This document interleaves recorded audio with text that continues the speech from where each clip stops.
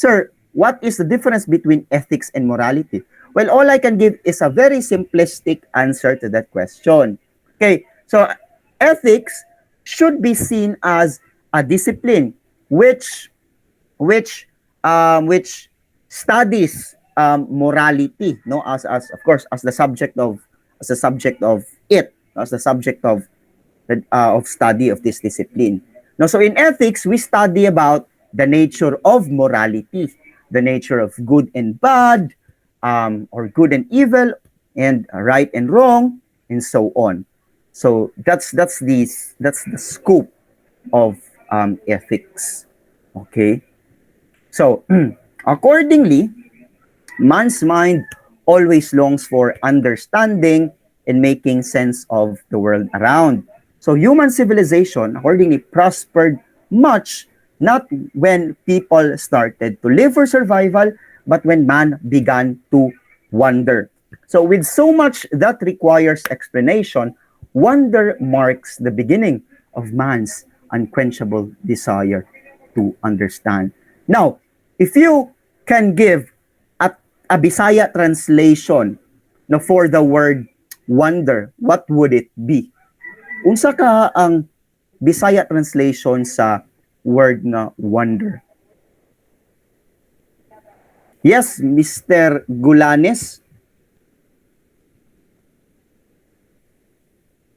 Pagka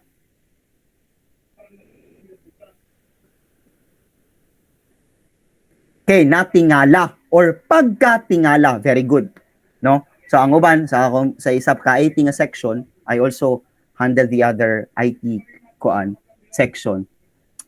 Anay uban ingon thinking. Ayon sa ta paghuna-huna, but paghuna-huna is thinking in English, right? Nay uban ingon no? O pamalandong. Well, pamalandong, I think the exact English translation for that is reflection ng pamalandong. But yon, no, tingala, pagkatingala, that's the exact Bisaya translation of the word wonder. So accordingly, no, in the previous slide that we have seen, accordingly, human civilization progressed not when man started to live for survival, but when man began to wonder.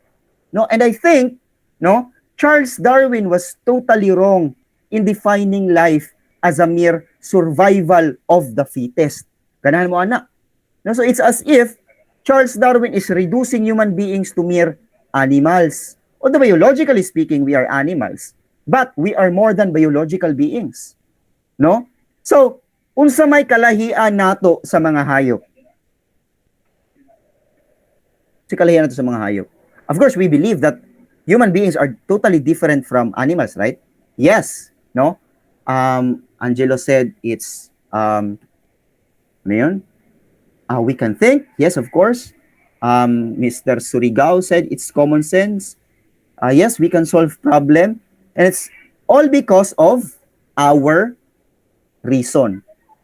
The capacity to rationalize, the capacity to reflect, no? This capacity is absent among animals. Animals only respond according to particular stimuli. Therefore, they do not really act, but they simply react. No, because they just follow their instincts. No? Take for example, kaning iro ba, mga dogs. Diba, whenever they feel horny, kung silang buhaton, well, they just fuck along the streets. No, without minding the people around them. But kita, well, of course, we feel horny. Wala may asexual na rin, no? So we feel horny, right? We feel these biological urges. But when we feel that, we always take into account this thing called morality. Of course, yes, no? Atong IQ, mas last na ba o pa sa? And as a matter of fact, animals don't have intelligence quotients. No? Intelligence quotient. No? So, yun. No? So, whenever we feel these arousals, di ba, we take into consideration this notion of morality. Di ba, maguna-una ta nga, tama ba ni buhaton at this particular moment? Should I really give in to my desire, to my sensual desire now? Diba? But animals, they don't have that type of reflection. They just easily follow their instincts. That's why kung masakitan ng iro, of course, its automatic response is to bite, no, just like other animals, snakes, cats, 'di ba? But kita mga tao, no, pasakitan ta, 'di ba, natay ano ba? Natay we have a choice. We take into consideration this notion of choice because number one, we are endowed with free will. We have a free will, okay, which is absent among animals. Okay, so that makes us distinct from other life forms. Okay, so in Ana. Now, let's proceed.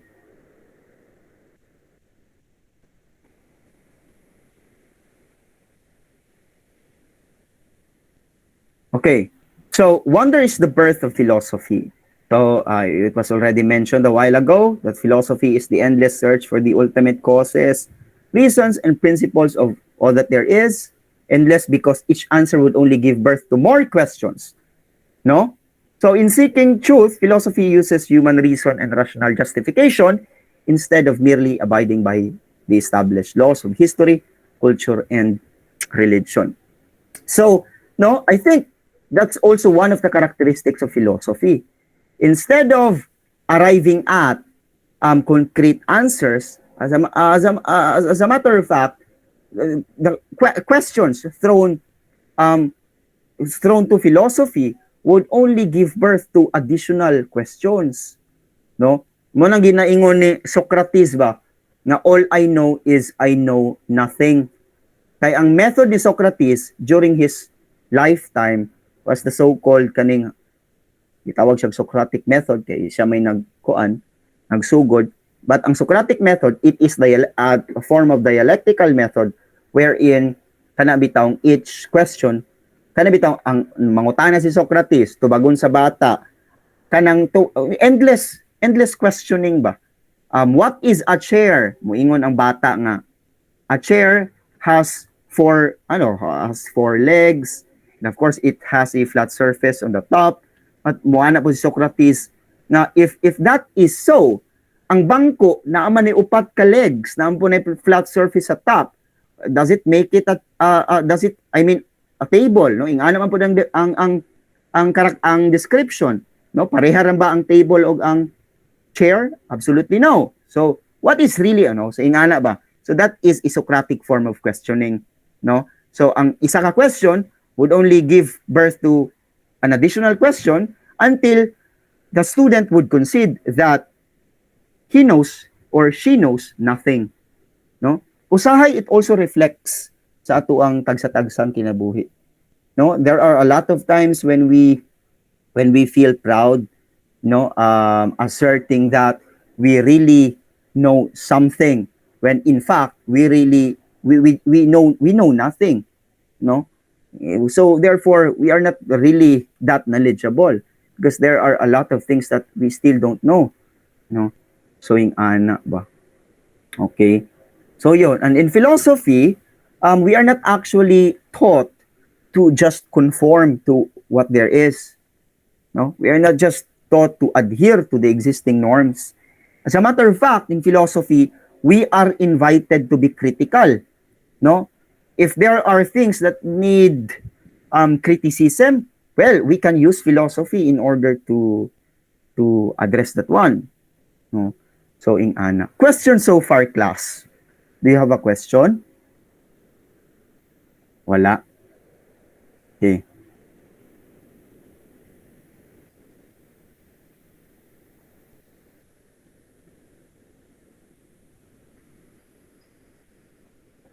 So, we have these three figures.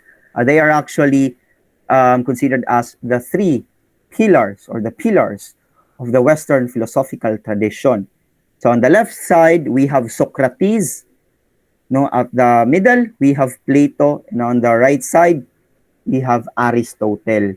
So si Socrates was the teacher of Plato, and in turn, Plato was the teacher of Aristotle. So we have to take note that Socrates, kanina sa left, did not write anything. No, and we have known him only through the writings of Plato. No, napaganinay debate whether Socrates really existed or not. No, kaya na may uban nagaingon nga, basig si Socrates, fictional character lang siya sa mga writings ni Plato.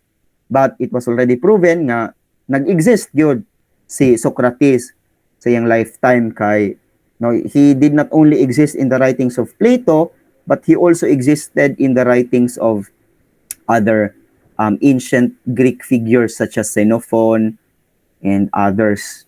No? So, ayun ana. So, si Plato, siya ang teacher ni Aristotle. But, atong timaan nga si Aristotle did not follow the philosophical tradition started by his predecessors. So, he did not follow Socrates and Plato. And in fact, he started a new school. No? So, si Socrates and si Plato, they are considered as rationalist philosophers. Si Aristotle, ginatawag siya nga empiricist philosopher. Ano? Unsa man ang rationalist? Mayingon tag rationalist, they okay. So, si Socrates ug Plato, they believe in the dual nature of reality. Okay? So, according to Plato and Socrates, natay ginatawag nga the world of forms or the world of ideas and the world of matter or the world of senses. Okay? So, ngani. So, for example, kaning word nga beauty. Di ba we have different conceptions about the word beauty? There is sa kalibutan, there is a sensible world. Si Sir Nicholas, for example, it might be that gwapahan siya ni Lenny Robredo. But let's say Mr. Talo, pangitan siya ni Lenny Robredo. And that makes beauty subjective in the world of senses. So therefore, the beauty that we conceive in the world of senses is not, for Plato and Socrates, dili na siya tinuod nga beauty. Ano man, subjective man. No, changing man. So for Plato and Socrates, true beauty exists in the world of ideas, in the world of forms. No, kaning world of abstract ideas ba? No, mao ni perfect beauty. Naa diri ang perfect beauty nagreside kanang beauty nga dili mausab, kanang beauty nga mauna gyud na nga beauty, nga walay makalabo nga beauty. Ug kani according to them, kani nga beauty, kani mga beauties, kani mga aesthetically pleasing to our senses diri sa kalibutan, although we see them as beautiful, but for Socrates and Plato, they are just mere copies of the true beauty that exists in the world of ideas. Okay? Tingana ba? So therefore, puno ta sa deception. There is a world of matter. There is a sensible world. No? So ingana ba? We are continuously deceived by our senses. No? Yun. Okay.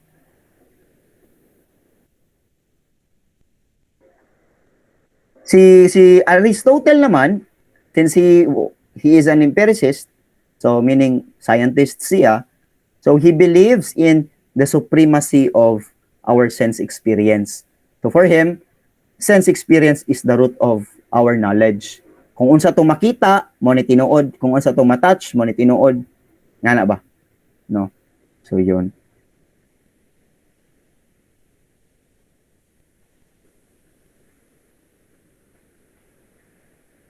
Dili lang usa ta siguro ta mag-post og TLA og 80 karon no. Siguro on Monday na. Anyway, dili man ko lisod banghata og TLA og 80. No. So, ingana. Okay, so any thoughts on the woke culture? What can you say about the Karens? Know that you are all familiar with this because it's very popular in social media. What can you say about the woke culture? Unsa man ang woke culture?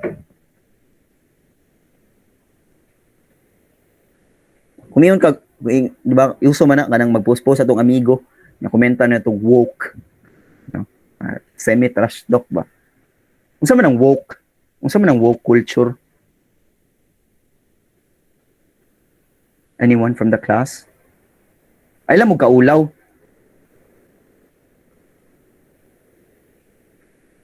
Lahi po na nga woke, no? Mata man nga woke. Di ba we in Bisaya we term it as kanang paswito-swito culture. Kanang ginatawag na to nga woke atong people who mulat sa realidad, no? That's a positive definition, but the term woke has already been kanabitawng, no? Kanabitawng si tawag na, no, nahimo na siyang negatibo. But although it has a positive connotation, but it is now flawed with a lot of negative connotations, kaning word na woke. When kag woke, as if murag pasabot ba, murag you are very entitled to what you are saying, you are very entitled to your opinion, and as a matter of fact, for some, your opinion is not really appealing, no? So nga na ba, murag paswito-swito culture.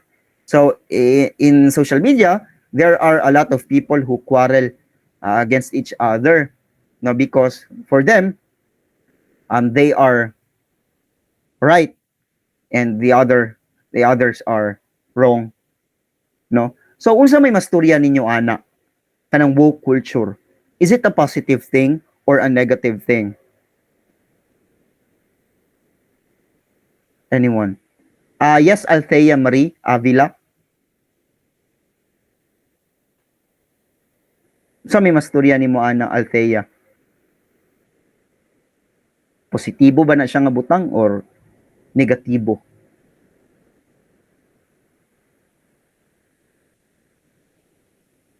Wala ata si Althea, nag-CR break. Wait lang, sir. Ay, okay lang. Gina-process na ko kung ginaingon. Okay. Wala problema.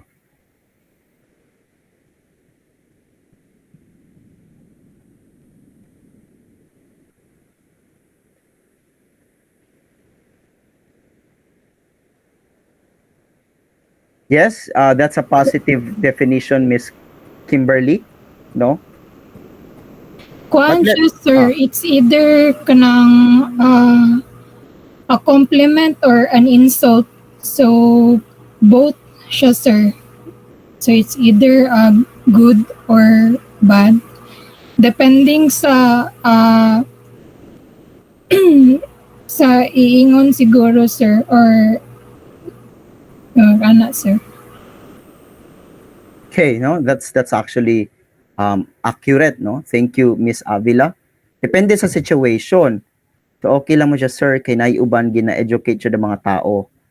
Pero naiuban nga naga-cause og kapangit kay sobraan ka know it all og di kadawat sa lain opinion sa lain tao. So I think that's the exact answer, no?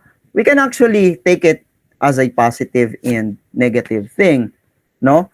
Number one, well, sa positive side, it is something positive because it only highlights the capacity of human beings to formulate opinions, not to think. Diba? Nature man na sa tawo, God, nga mag-formulate og opinion, maghuna-huna, mag-wonder. That's why you cannot stop human beings from formulating their own ideas. No, kay nature man na siya sa tawo. Unang, every one of us can say something to a particular issue, to a particular thing, no, simply because we are born to wonder, we are born to think. That's our very basic nature. On the other hand, it becomes negative when people are no longer tackling the issue at hand, but they are already attacking the person. No, in logic, it is called, inyong senior high,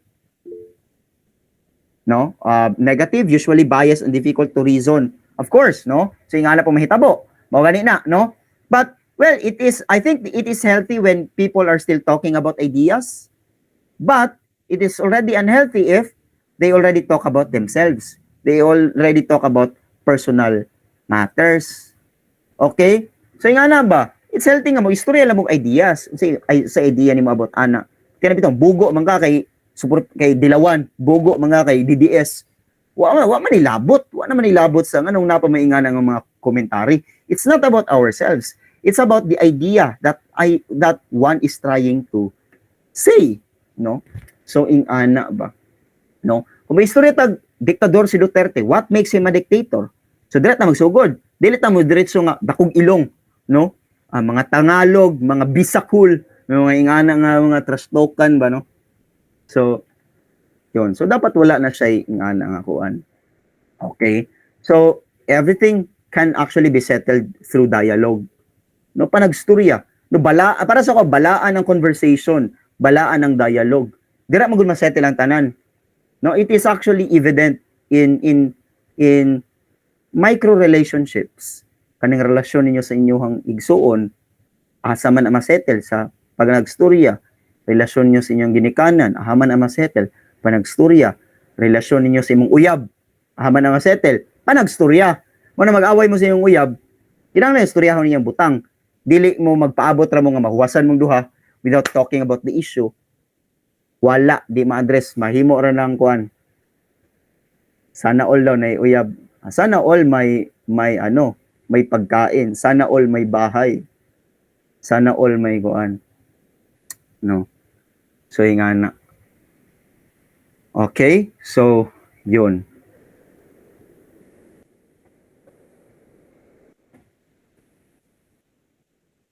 Pero na to sa last part. Hapit na tamahuman.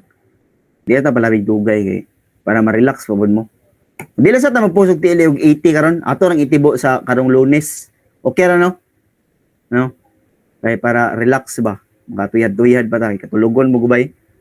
No? Goods ra oh. Goods ra man ta dire. Ano? Okay, so kani the unexamined life is not worth living. I know that you already encountered this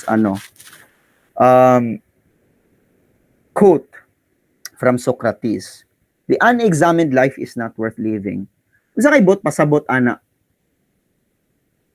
Naay Tagalog translation ana. It was translated by translation from Father Ferriols who already died months ago. So for him ang translation sa the unexamined life is not worth living is ang buhay na hindi sinusuri ay hindi buhay tao. Well, that is not a word per word translation, but the meaning is there, no? The unexamined life is not worth living. Ang buhay na hindi sinusuri ay hindi buhay tao. Bakit kaya? Ako ika nga no sa Tagalog ba nay kasabihan nga madaling maging tao but napakahirap magpakatao. Unsa kay but pasabot ana? Madaling maging tao pero mahirap ang magpakatao. Okay. So ako pangutana akong tubag. So istorya mo ba no para lingaw ta, no? So wala may kaning ang moingon tag philosophy, it is an open-ended field, no?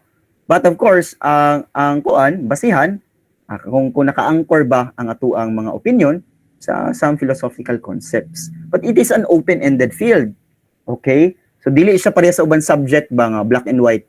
1 plus 1 is equal to 2, 2 plus 1 is equal to 3. Dili nga ng filosofiya, no? So taas og diskusyon. Dali ra ingon sir pero lisod buhaton. Okay, it can be, no? Unsa pa? The unexamined life is not worth living. Ang buhay na hindi sinusuri ay hindi buhay tao. Okay, here's the thing. Now, di ba dali raman maging tao? Kay biologically speaking, tao man gyud ta. No? But ang pangutana dira, kabalo ba ta magpakatao? Dira ang lisod nga part. Because sometimes we fail to kanabitong to uphold that idea kaning magpakatao. No? Human beings, although we are rational beings, but we still have kaning mga instinctive desires natay, di ba? We can still feel biological urges, no? Sometimes kita mapakyas ta to be to practice humanity, no? Nayuban nay times nga masuko ta manumbag ta dayon, no? Pagpapakatao ba yan, no? So ingana ba, no? So kung muingana man lang mura tag hayop nga gamay sipyat kanang instinctive ang atuang response ba, no? Na masukot ta manumbag ta dayon, no? That is not being rational, because as human beings, since we have this capacity to reflect, no? Therefore maghuna-huna ta, no? Maka-evaluate ta kung ang atong buhaton maayo ba siya or dili. We always have to uphold that nature, this rational nature of ours, no? Kung mahimo na kung dili na ta murag animal like natong actions, it might be that whenever we feel horny mangupara tag kalit og babae sa dalan, no? That's very so dapat as human beings we should not be guided by our fleeting emotions, but we should always be guided by our reason, no?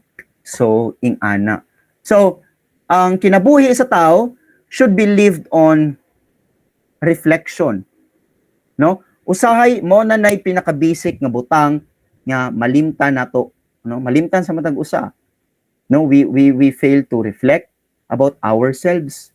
Naka mga pangutana ba nga asa naghako karon sa akong kinabuhi, no? Asa naghako nga stage, diba? Mga basic man siya nga reflection, no? Evaluation sa atong action. Nag-away minikuan ganina ba, paminaw na ko tama akong ipangistorya, but asa ka ko basig na ako'y sipyat pod, kanay mga inganing evaluations ba, no? So ingana, we should continue to examine our lives, no? We should always ask, why are we here, no? And that would lead to more sophisticated questions. What is my purpose? What is the meaning of life? What is my destiny? No? These are questions of a child, but these are the most important questions. Okay? So may ana ba? Well, scientists, for example, cannot address these questions. Pangutan ang scientist, what is my destiny? What is the meaning of life? They cannot provide you answers for that. Diba?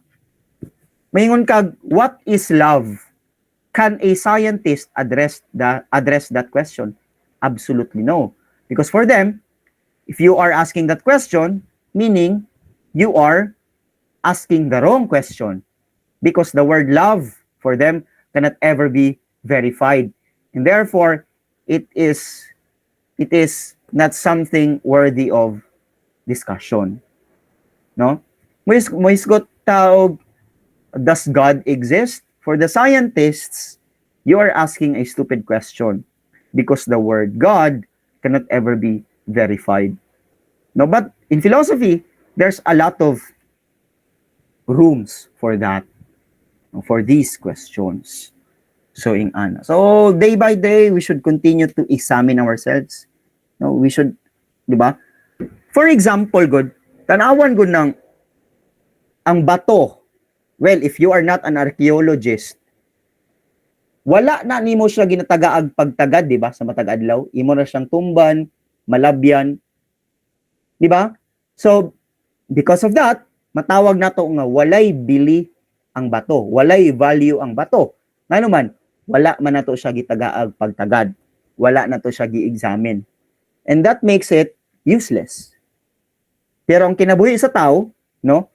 If ato ang tagaag pagtagad, no, valuable, no, worthy ang kinabuhi, no, worthy ang butang kung tagaan mo siya pagtagad, no, tagaan mo siya proper examination, no. Babita na masuko ninyong uyab, mangluod ninyong uyab kung dili na may mahalin na bato, sir. Lahi mo siya nga bato, no, lahi na siya nga bato, no. Valuable to nga bato. Ngano man gitagaan man tong pagtagad, no? So yung ana.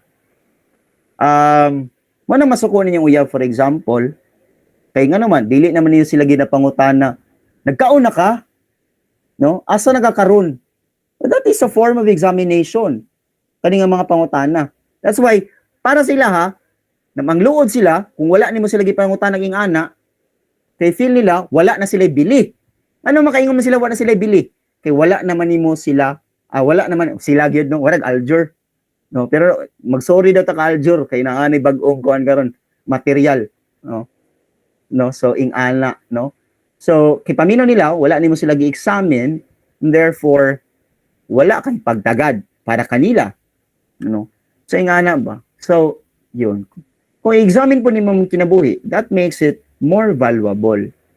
No, mo nang from time to time we should always reflect on ourselves. Okay? No, ana ato bang sa amin mangutana paita no, like, gwapo yung gay ko ba no, asa man iibutang akong pagkagwapo.